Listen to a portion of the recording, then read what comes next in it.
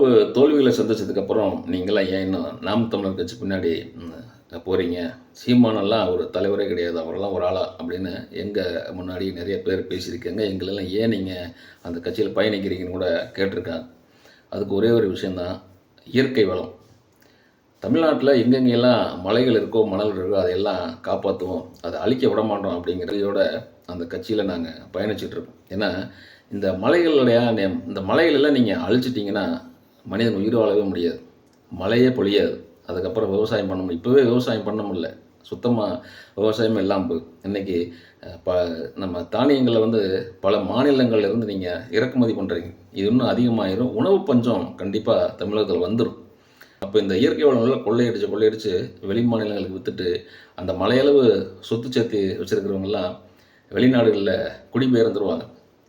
அவங்க கொடுக்குற இலவசங்களை வாங்கிட்டு ஓட்டு போட்டு அவங்கள கும்பிட்டுக்கிட்டு வாழ்கிற மக்களோட நிலைமை என்ன ஆகும் அப்படிங்கிறது தான் இங்கே பெரிய கேள்விக்குறியாக இருக்குது. அதனால தான் நாம் தமிழர் கட்சி பின்னாடி பயணிக்கிறோம். அவங்களுடைய கொள்கையை இயற்கை வளங்களை காக்கிறது தான். கண்டிப்பாக ஒரு நாள் வருவாங்க அப்படிங்கிற நம்பிக்கை இருக்குது. அதுக்காக இப்போ ஆளும் அரசுக்கிட்ட நாங்கள் அது ஒரு விரோதி எங்களுக்கு கிடையாது. தனிப்பட்ட முறையில் பல கருத்துக்கு வேறுபாடுகள் இருந்தாலும் இன்னைக்கு சட்டசபையில் நடந்த இந்த ஒரு விஷயத்தை ஆதரிக்கிறோம். இந்த விஷயத்தை தான் பல வருடங்களாக நாம் தமிழர் கட்சி போராடிட்டு இருக்கு. இந்த கனிம வளங்கள் கொள்ளை போன மலைகளை அமைச்சர் அவங்க பட்டியலிட்டு காட்டினாங்க. எதிர்கட்சிக்காரங்க எந்த பதிலுமே சொல்ல முடியாது. அப்படி காணாமல் போன மலைகளில் எங்கள் ஊர்லேயும் பல மலைகள் இருக்குது.